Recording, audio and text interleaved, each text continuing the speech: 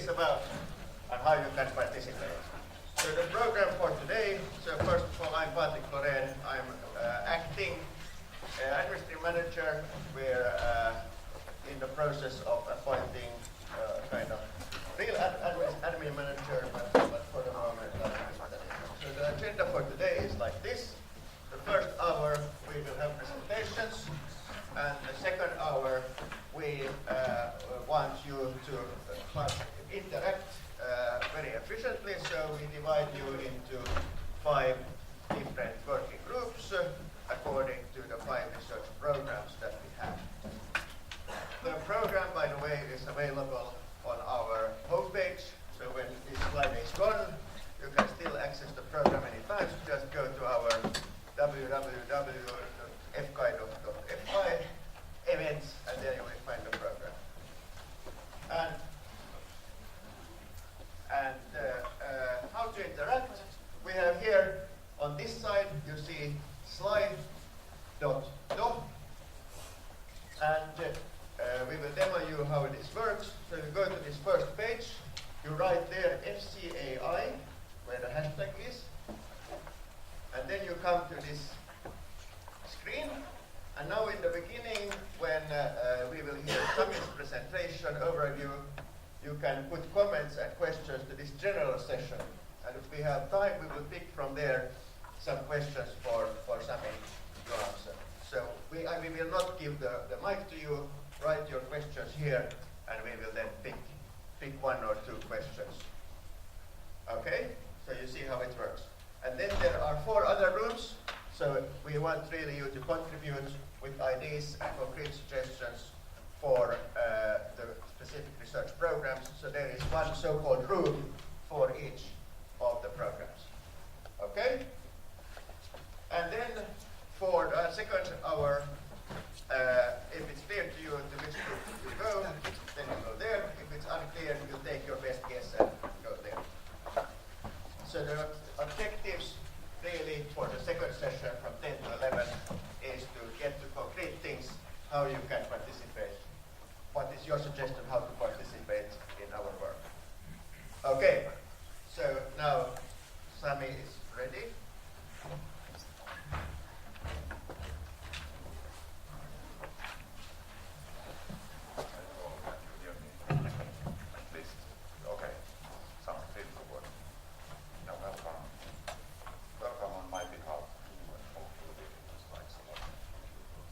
Cannot hear.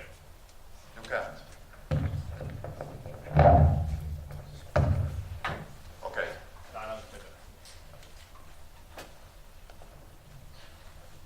Okay, good morning. So I am Sami Kaski, directing this piece called Finnish Center for Artificial Intelligence. And now I have 25 minutes, including the questions. And now some of you have heard roughly nothing about this so far, and some know quite a lot. So apologies for those who already know about this. I will probably tell some things that you already know.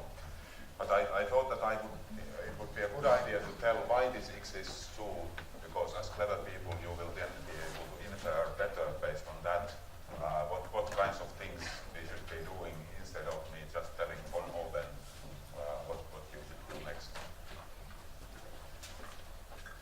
So this Finnish Center for Artificial Intelligence has 2 motivations. So it got the flagship status, and the requirements for the flagships are that it needs to be research-wise excellent, and it needs to take the impact seriously. So both of these are important. So now, starting for the meaning of this thing for the Finland, for the Finnish industry, a couple of slides. So at the moment, all fields are to some extent using artificial intelligence techniques, broadly defined. After a few years, all fields will be dependent on them. And then we, now Finland, and also other countries, but being in Finland, we worry mostly about Finland, or first we worry about Finland. We will have the problem of where to buy the AI. And now the alternatives are to buy it very expensively from elsewhere, or buy with strings attached from somewhere else, unless we have the expertise here. And now the Finnish government has a program, artificial intelligence program, designed to make Finland a leading, not the leading, but a leading country in applying AI, which is a very sensible target. that is not possible without expertise also in the AI techniques, how to apply them very beneficially across the fields and so on. And this expertise, cumulating this expertise to Finland is one of the central targets in the impact sense. So we participate, to take care of this impact, we participate as actively as we can, and we now meaning anybody who wants to be involved in the FCAI. It doesn't mean me and Patrick, and it doesn't mean any other subset. This is really meant to be much, much broader than that. Participate actively in this Finnish artificial intelligence strategy. It released its final report for this Finland's government's period on last Thursday. So you can find by Googling this event. It released a document that has 11 recommendations with subsections. At the moment it's in Finnish, but it's been translated into English, which is the main language of that report ultimately. But first it needed to be given to the parliament and so on. So one of these recommendations is that there needs to be a high quality center, a hub of artificial intelligence. And of course they didn't give any money for us. We needed to apply ourselves for this flagship instrument, but the FCAI is that specific center.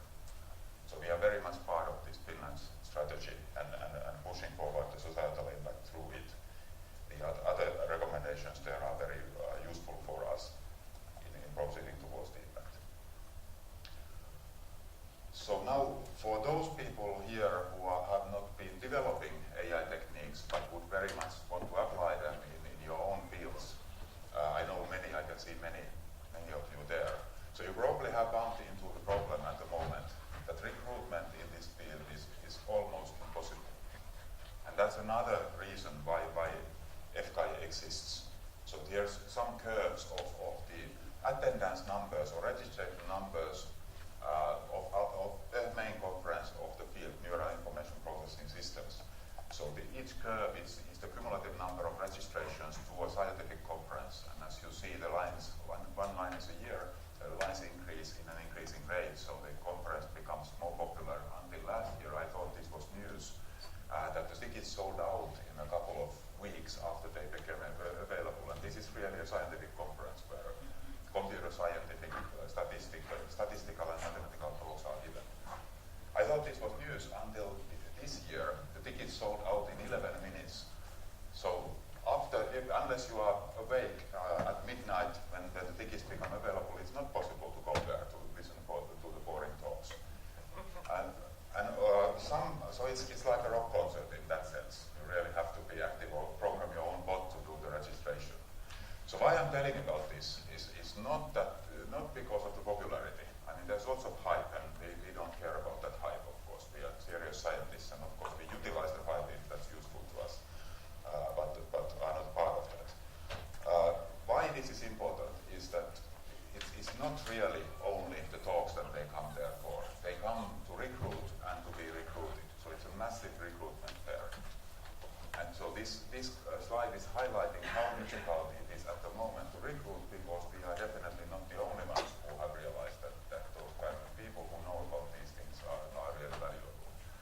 So now FCAI is here to help attracting more better quality people to Finland who know about artificial intelligence machine learning. We are not alone in this. So Europe, other institutes in Europe have realized the very same problem. And now actually two professional organizations are being formed. This particular one that is mentioned in Nature, you may see me in the back row there, has been designed precisely for the purpose of making sure that Europe also makes attractive offers for the best rising stars at the moment, so that they all will not go to UK, US or China. Of course, some need to, but it would be good that some would remain also in Europe. So that's one part of the agenda. So for Finland, right? But then there is the other part is even bigger problem, is that humanity has a set of serious grand challenges that we need to solve, starting from access to healthcare, education,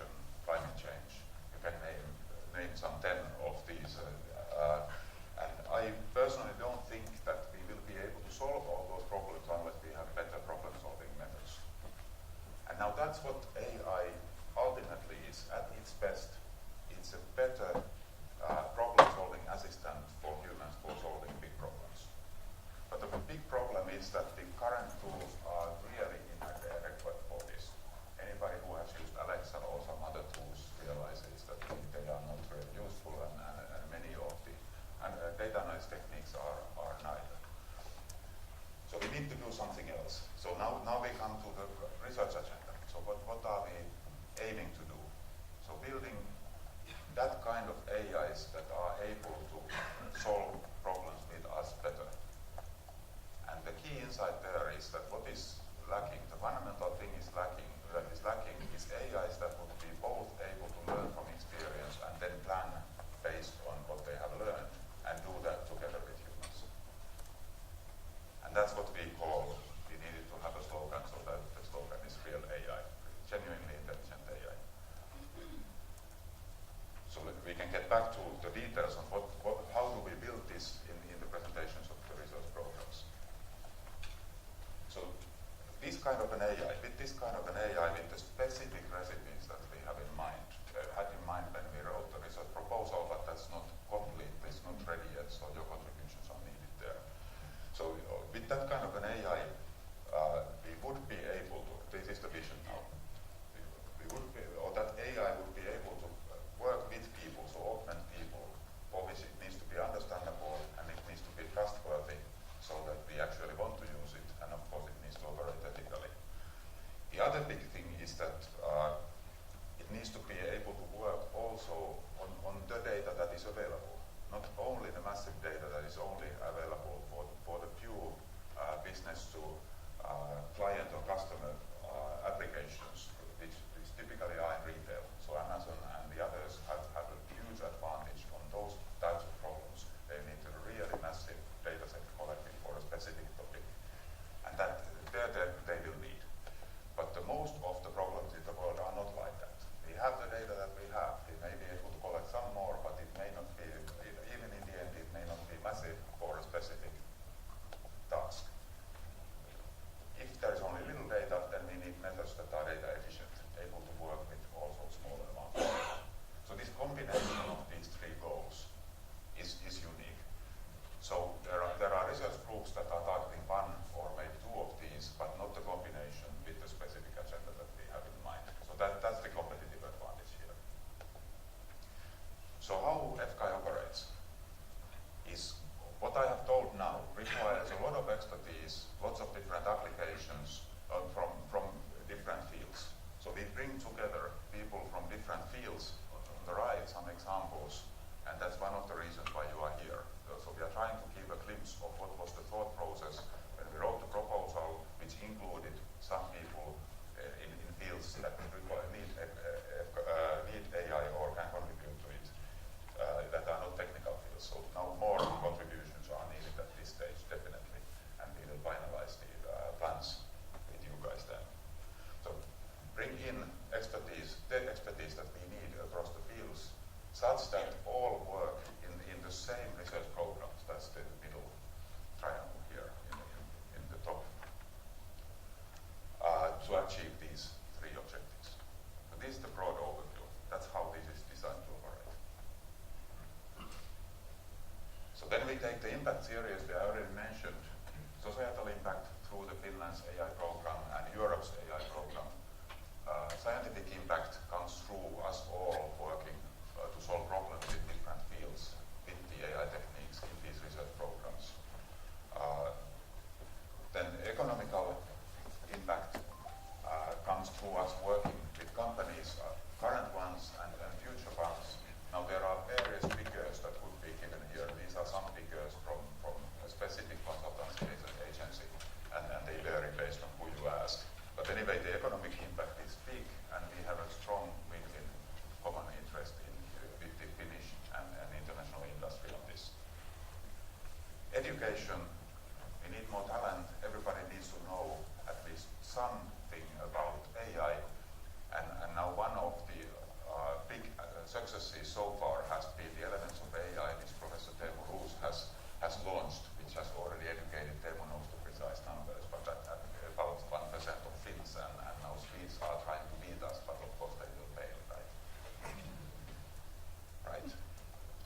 why this is possible is because there is expertise since a long time in the form of centers of excellence, and then now that the universities have started focusing as a part of the Profi exercises, many of the Profi decisions in University of Helsinki and Aalto have been sensible. They are not AI specific, but they build the critical mass of people who are interested in or able to work with the advanced techniques across the fields. That's why we believe that we can do that within this community. What about the future then? So Finland has the goal, now that we have the flagship, Finland has the goal of being a leading country in applying AI, and that plan actually is rather solid. So Finland has a few very good attractive forces for this specific thing. We can talk about this later. I only have a few minutes now. But that's not sufficient. So of course Finland is a small country, no matter how well we do this. You need to work with others, and of course the natural community is Europe, and there FCAI already is established as one of the main hubs of European AI research and impact, and we will pursue this further. And the big insight is that it may be that Europe will not be the leader in the business to consumer types of AI applications. US and China will probably be better, we don't know, but at least Europe has a very, very good chance in the business to business and public to citizen types of applications. Again, we can talk about those later. There is already a wide collaboration network. This is the joint papers by people who are doing AI in Finland and elsewhere. And I'm sure that many of you who are working on different fields, applying hopefully AI now or in the future, would have similar figures. So that's what we can build on. On top of that, we have been setting up strategic network of similar centers in Europe, in Japan, in US, and then taken a set of companies on board. More are welcome with the goal with the companies of solving the big problems together, so that the research and company interests are involved. Okay, so we have 5 research programs. They are listed on the left. The coordinating professors of these programs will introduce briefly the programs after I've done. They have been designed so that they together reach these 3 objectives. And we will hear examples of that. And with the AI that reaches these 3 objectives, we can solve important problems in other fields. And of course, this will be done at the same time. So this is not the waterfall model. So that we first do this, then this and this, but instead with big important problems with you guys from here on whichever problems that we believe that these goals will help solving, and then work together in these research programs. So here are a few highlights that were selected when we submitted the proposal, but that of course will not be the full story. Here's for your notes, so I hope we will be able to distribute these slides somehow. So here's the contact information for the program directors. And the idea really is that there is, on our webpage, is this kind of a graph showing the research programs and then the various fields. This is not the complete description, with the idea being that there is typically a professor or company or several researchers working in each of these cross sections. So the shades of gray here mean, or shades of whatever color that is, mean when is this active. So many of the darkest cells are already active. The lighter cells we will activate later, and of course this can change. Now anybody who has very good ideas, let's just start with that. So summary. Again, for your notes. So this is a flagship, and we got a ridiculously small amount of money from the academy compared to how big the enterprise is. We get about the same money from our universities and VTT, but the key thing here is that the total budget is about 250 billion for the 8 years. So that includes a lot of external projects. So the idea here is to enlarge the cake before we start dividing it. So all plans that we make should include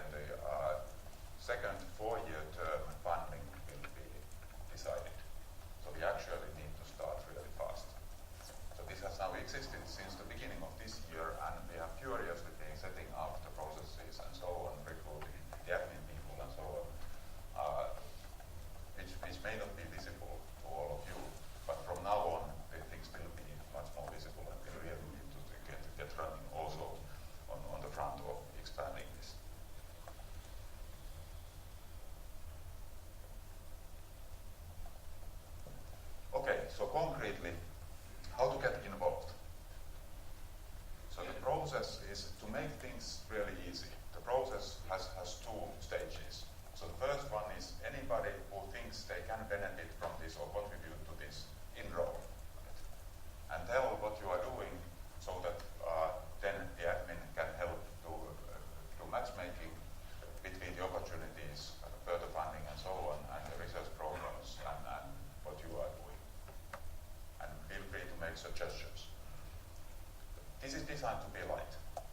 So any one of you can do this today. Then there's the second step, which is that if you want to contribute to the FCAI agenda, then we need to coordinate a bit more. And that's why we call it duty heavy. So then that comes with some duties. And now the key element is the research programs. We have a steering group and the research programs are the key elements. There actually are no other elements that we should mention now in FCAI.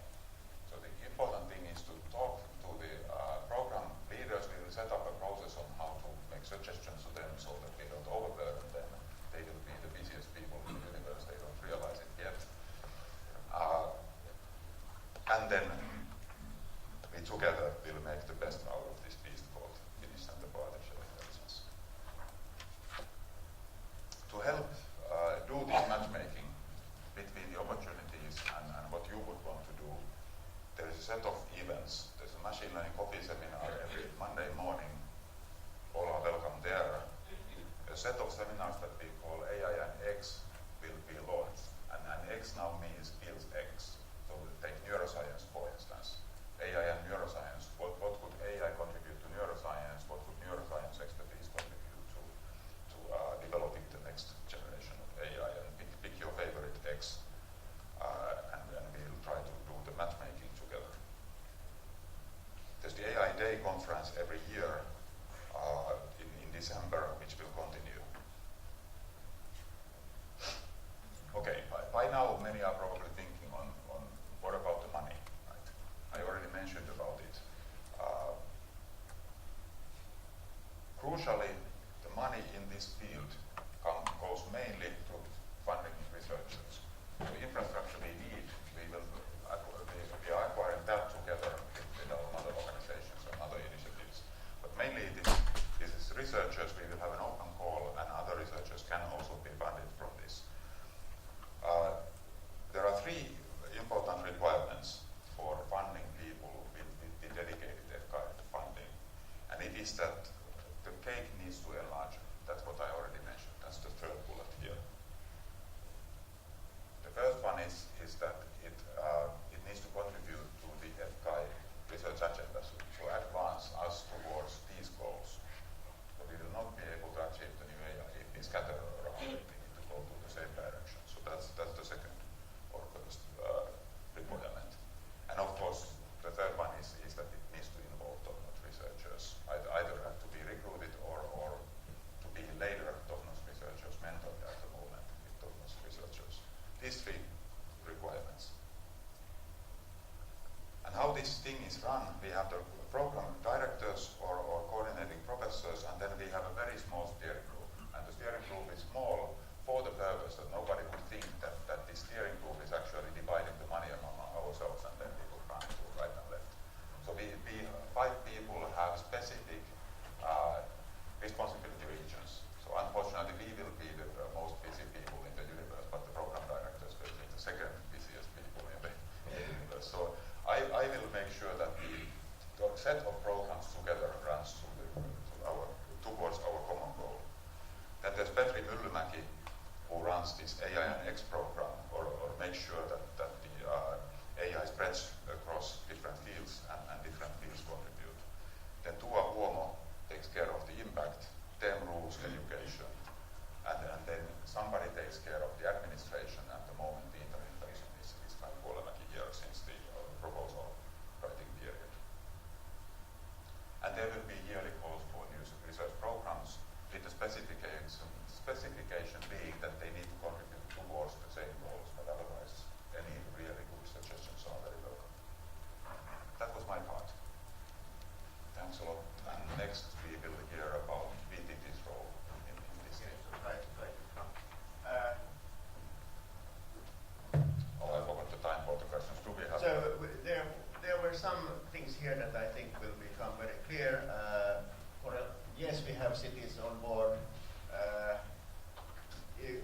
concerning new research programs, yes, there are ideas about new programs related to AI and society. These are things that we want to come up.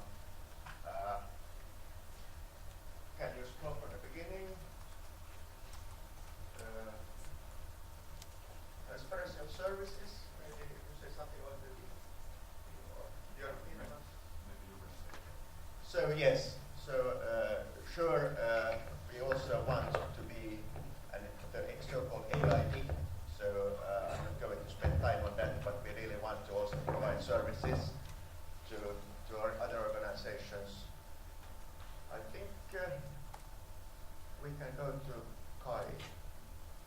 For instance, the question about how to help us with making business Finland and EU proposals and so on is something that Kai will tell about in a moment. If I just get the slides up and running. Yes, without slides you are nothing. You mean that really? Here we have your slides.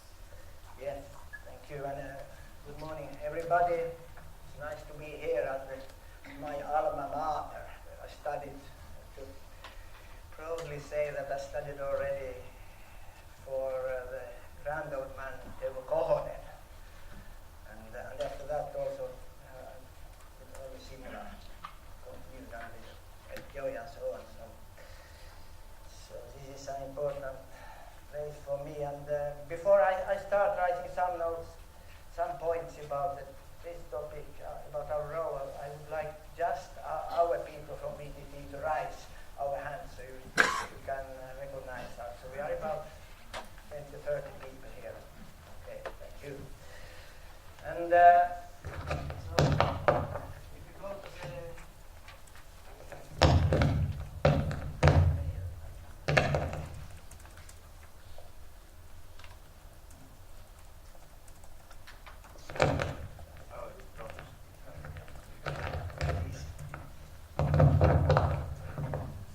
this is the way to go forward. Yeah.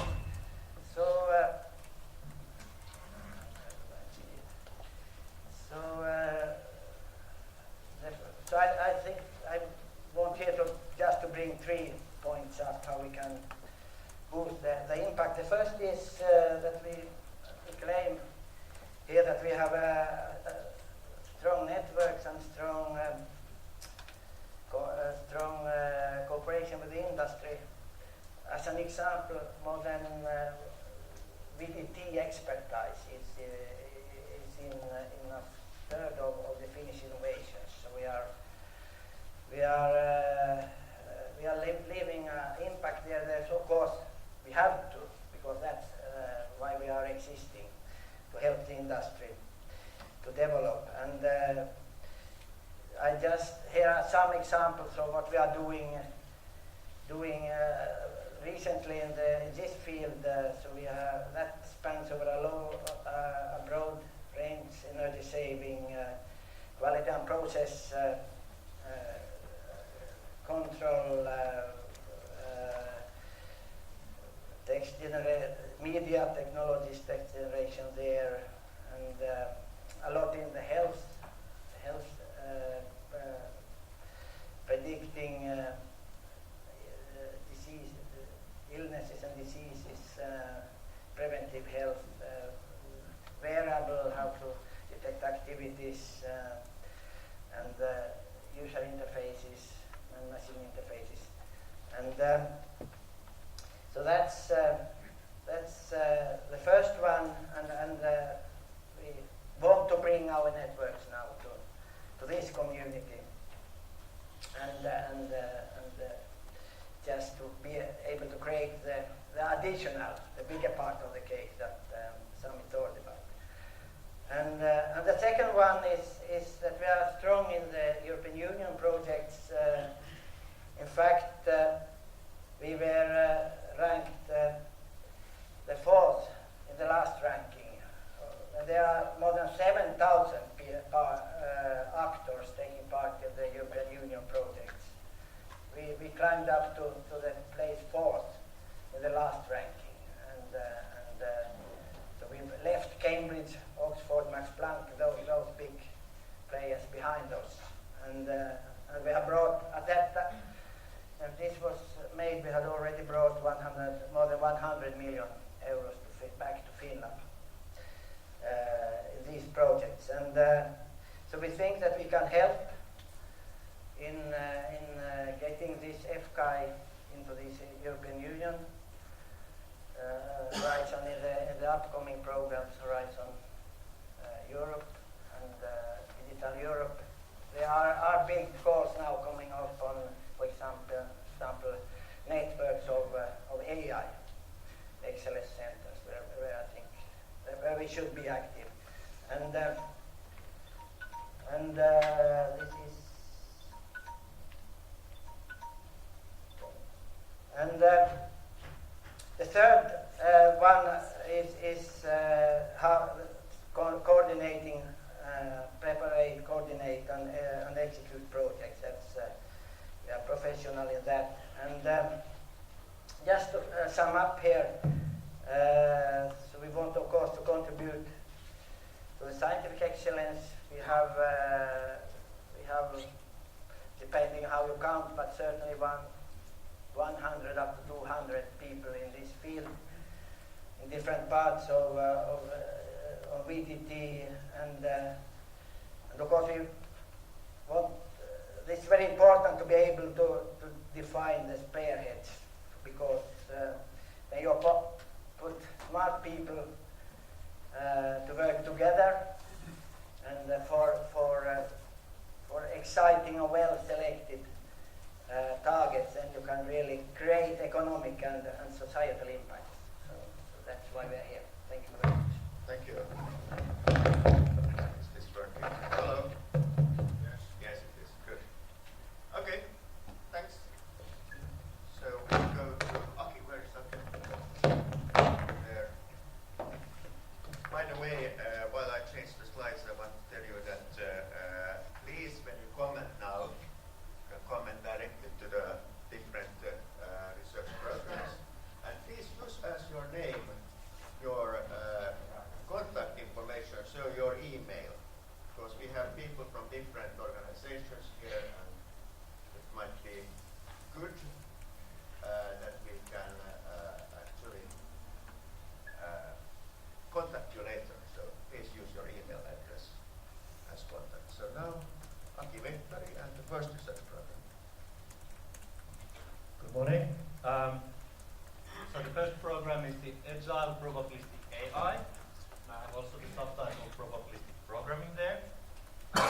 We have had this triangle, and so this program specifically now aims for the data efficiency and understandability, but of course these then also improve trust of our models and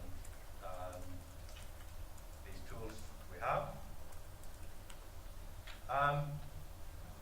This is describing showing the importance of quantifying uncertainties when making decisions.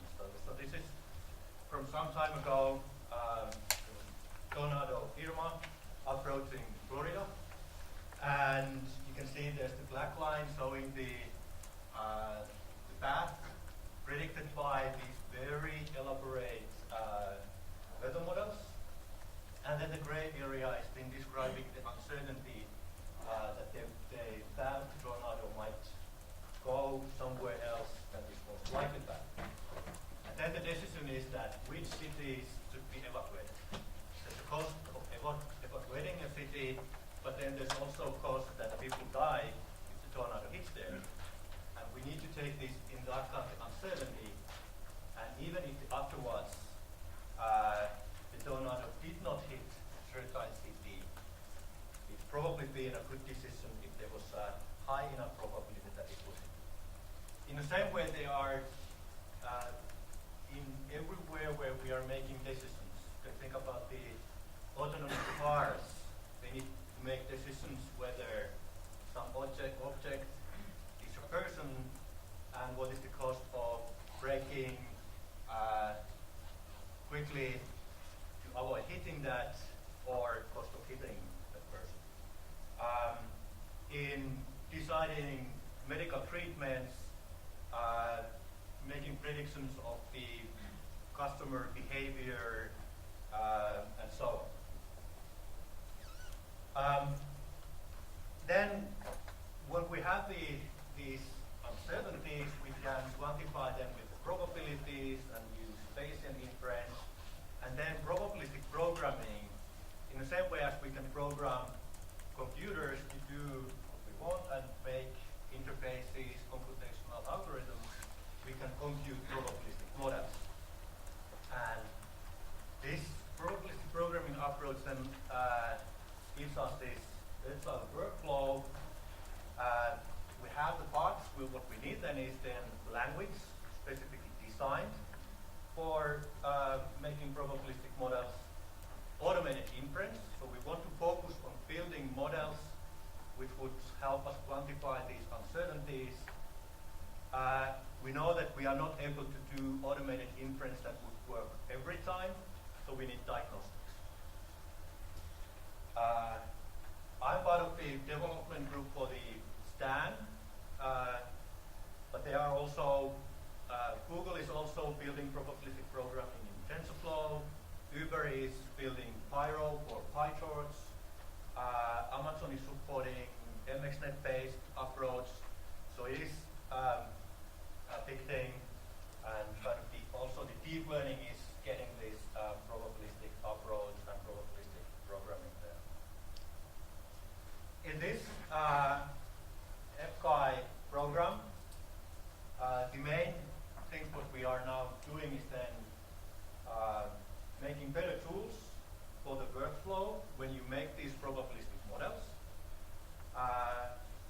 And of course we are going to do some concrete things, and it's likely that it's in STAN, but these, of course, the ideas can be used in also in other these probabilistic programming frameworks. Working on improved inference, improved model checking, and also you can be helped in probabilistic programming also if you are interested in research in programming languages, parallel and GPU computing, different types of models, especially ODE, PDE models are interesting for us currently, and so on. Okay. Maybe you answer the question.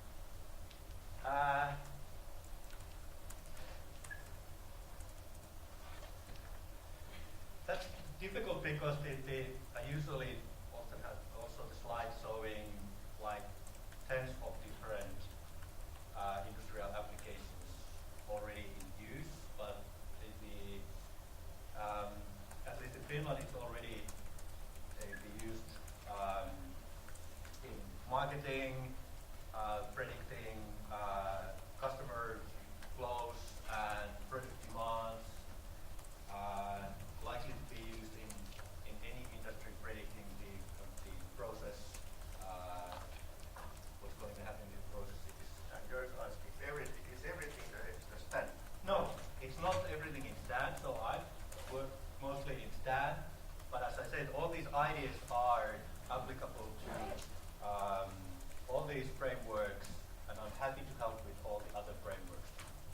Thanks. And now we go to the next one, Research Program 2, to Korander. Thanks, Patrick. So straight to the point. As you probably are aware of, simulators have taken over the world of R&D in the industry big time. If you look at F1 competition, the most successful or the most teams with most money, they run tens of engineers running simulations during the race and before the race and after the race, looking at various aspects of where the car might actually fault or how to optimize the behavior of the car and maximize the competitive edge of that driver-car combination. Similarly, if you take a company who's designing a new power plant, needs to design a new burner for waste burning facility which generates electricity and heat, that's no longer typically done on a small scale prototypes. You move directly to breaking the system apart into small components using software and then simulating its behavior in various circumstances. Design of cities, Mars rovers and so on, the list is endless. And this is all done for the sake of cost and efficiency to speed up the innovation cycle.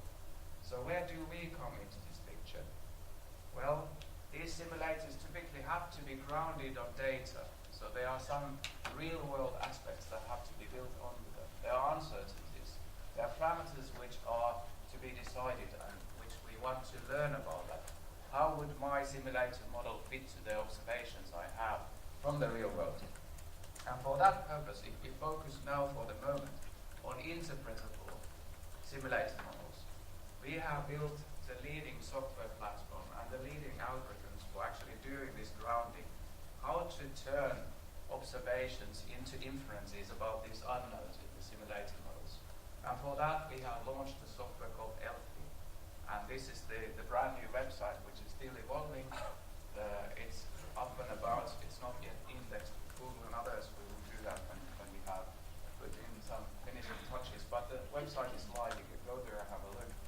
And this is a fantastic leading tool. And we want to build FCAI success on this in the simulator-based inference program when it comes to interpretable models. So what can you do? There are massive opportunities here to collaborate and drive development, but also applications.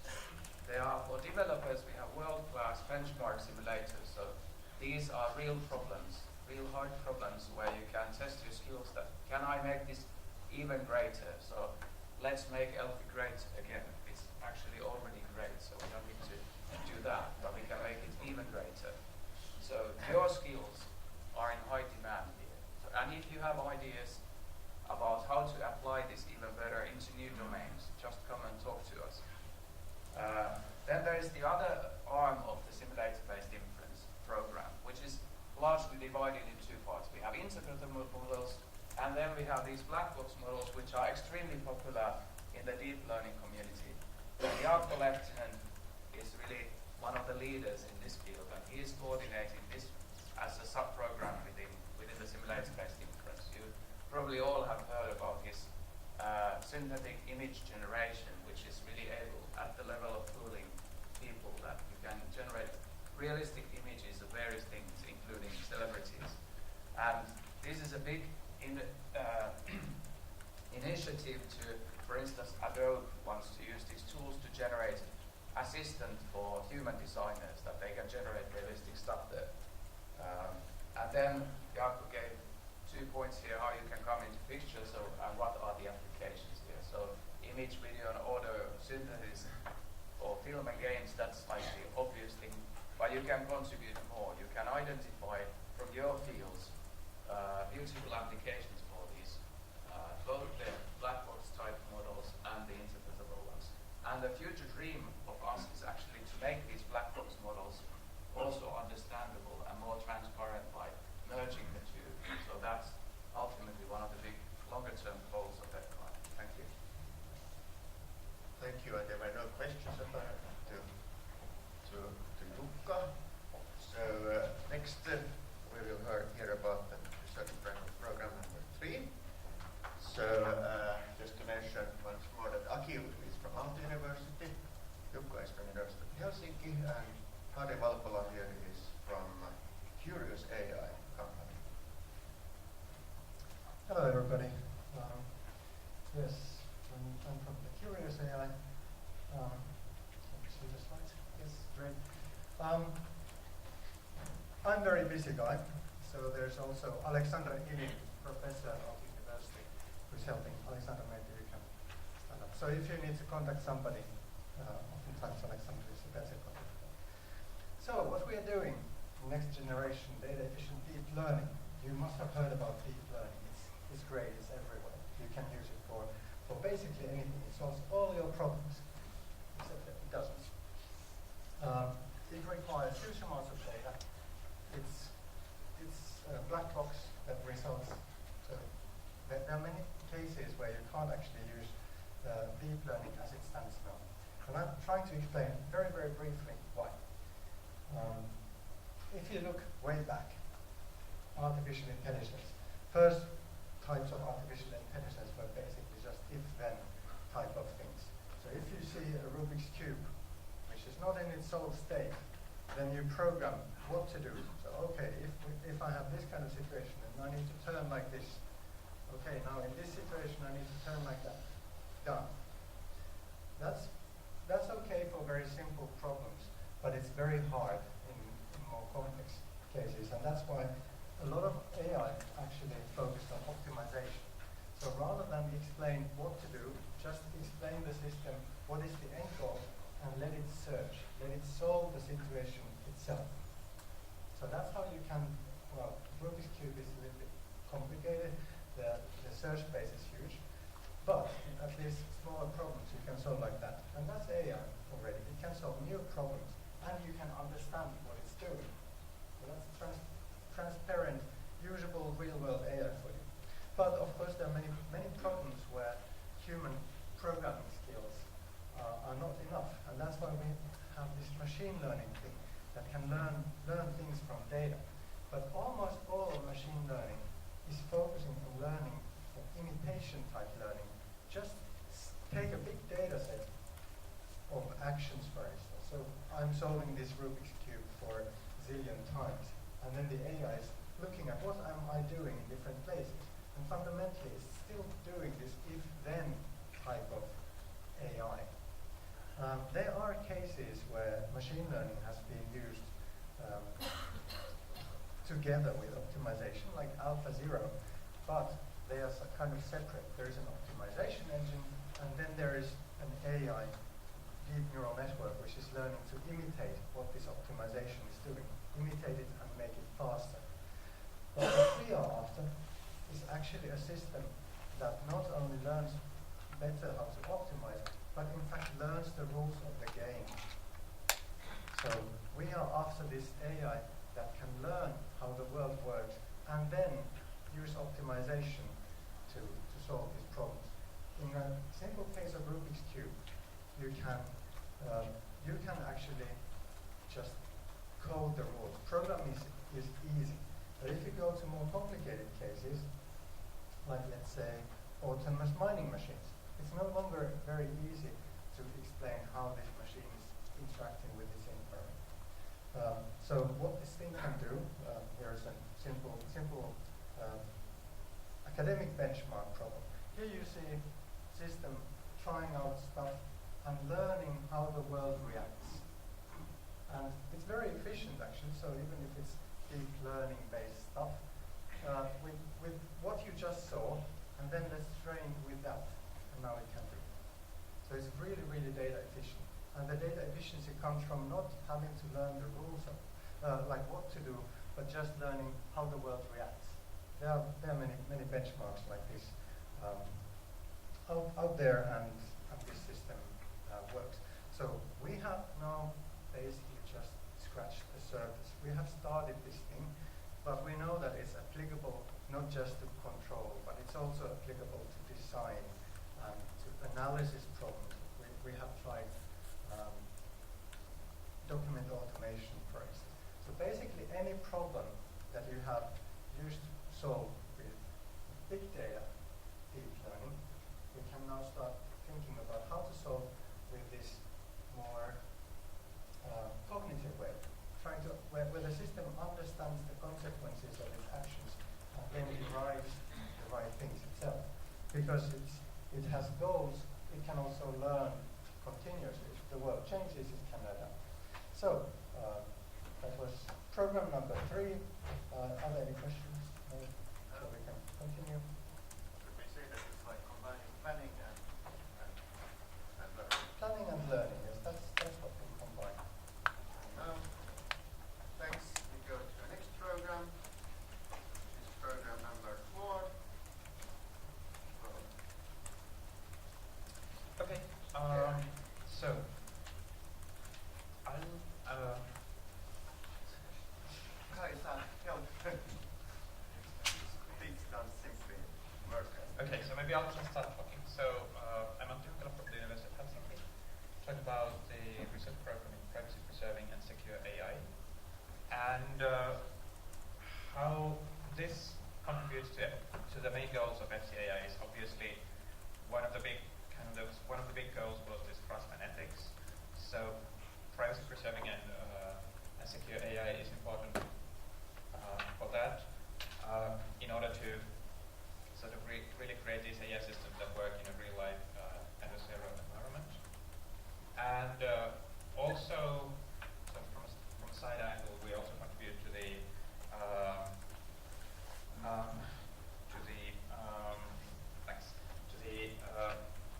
data efficiency side. Data efficiency, but sort of from the supply side. So if we can make AI systems that respect privacy, then hopefully that will encourage more data to be available for training these AI systems that we have.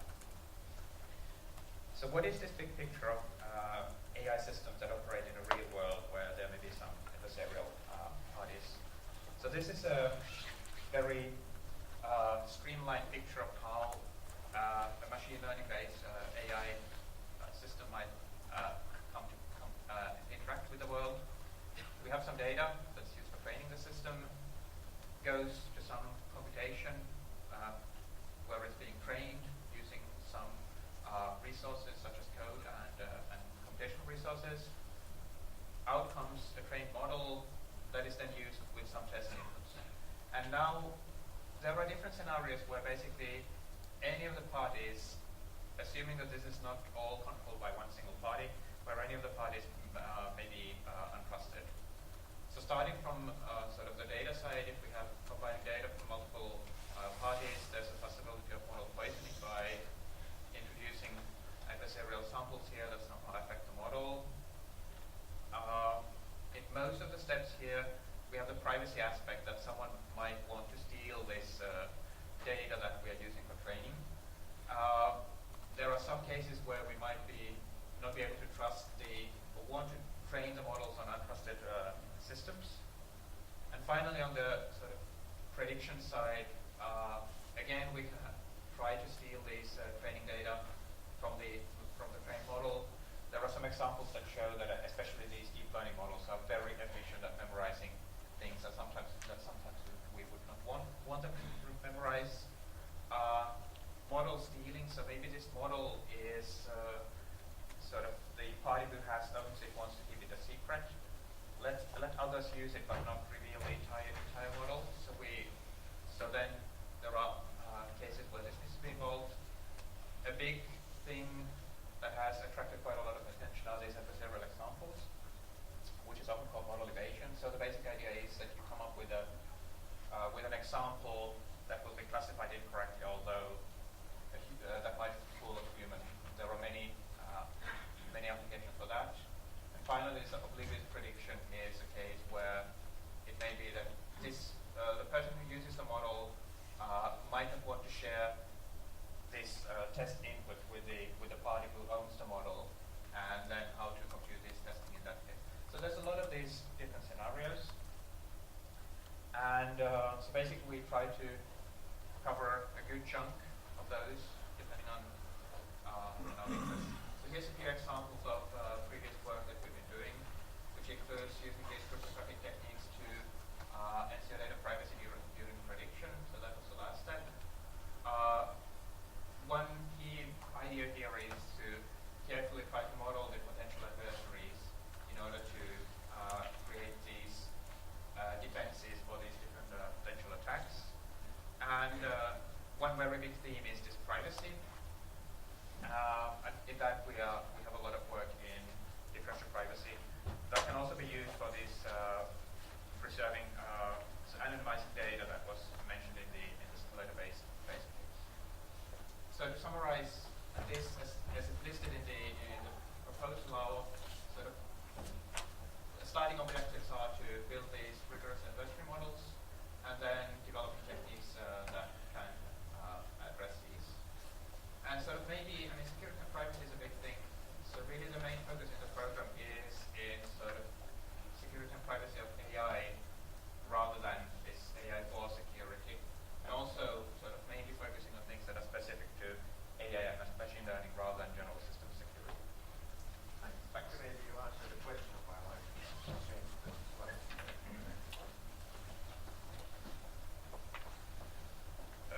So that's a big question. Maybe we can talk more about that if you come to the workshop.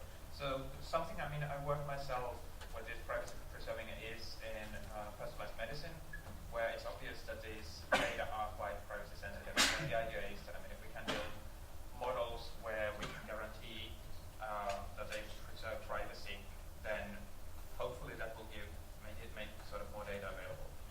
So exactly as Antti is saying, more discussion in the groups. And Antti was from University of Helsinki, and now we have Antti Oulasvirta explaining program 5. Antti is from Aalto University. Thanks, Patrick. So just this Monday, Stanford launched an institute called the Stanford Institute for Human-Centric AI. 96 affiliated faculty. There was Bill Gates in the opening, talking about business. Then I go online and try to see, well, how do they actually do that?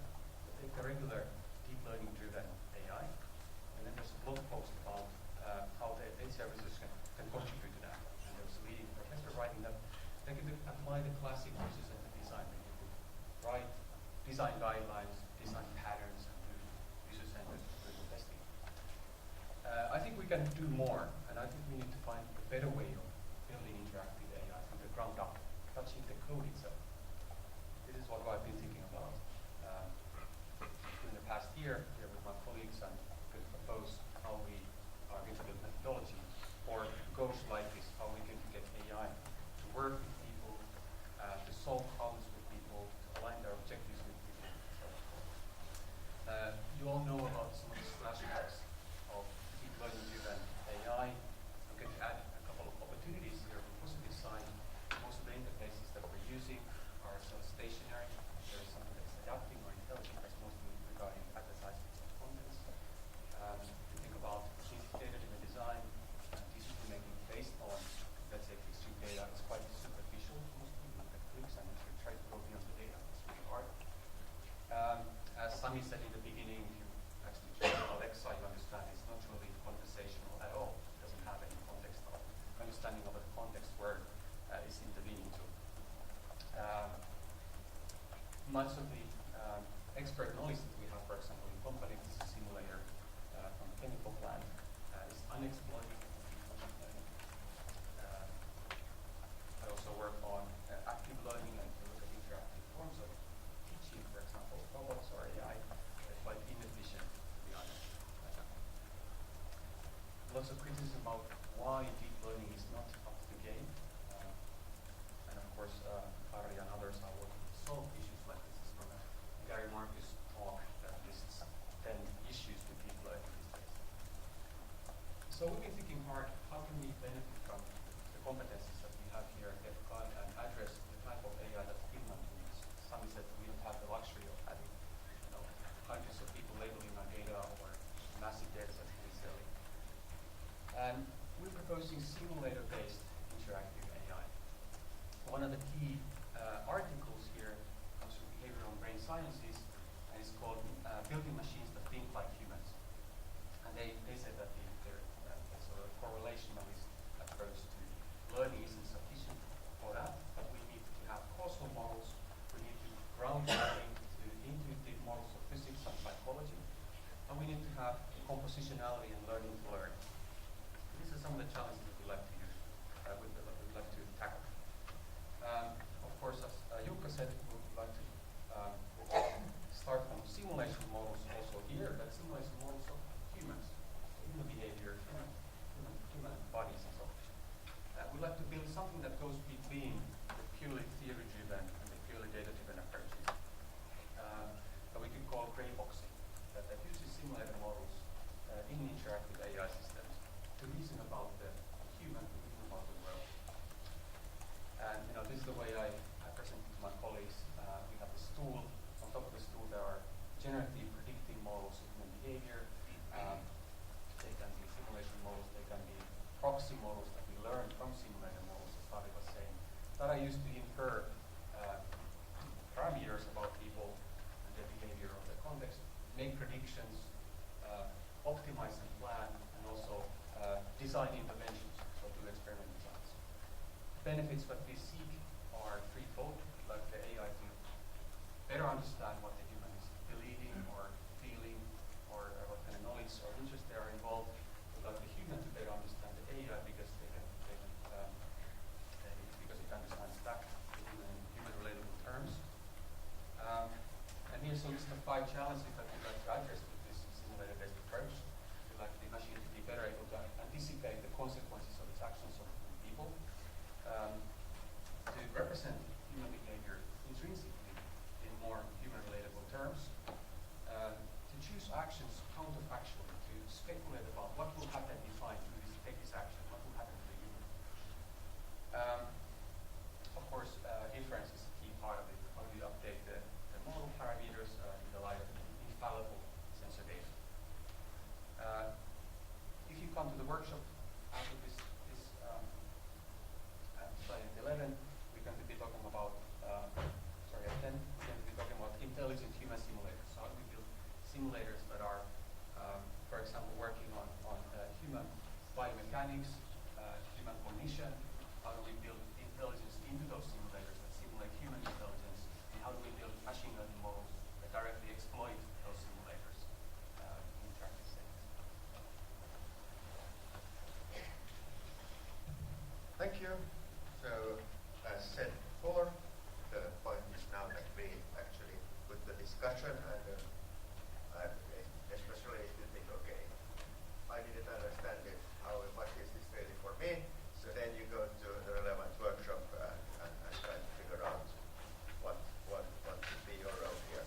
So let me put up the program once more. So we will now go to these discussion groups.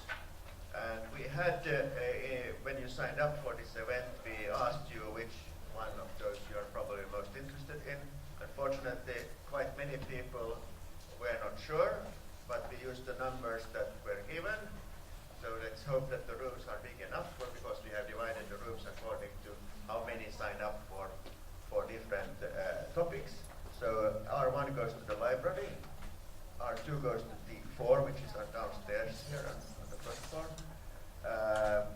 R3 goes to T2, R4 goes to T5, and interactive AI remains here. So that's the plan. And a reminder, what we want you to do is really to get to concrete things. So this is the objective here, that we really can, after this day, go to more concrete planning of who will do what in the program. We are aware that not everybody were able to join us today. So of course, people can contact the coordinating professors later on, and we will continue this work of setting up the practicalities also after this day. But we hope to get a good start on this today.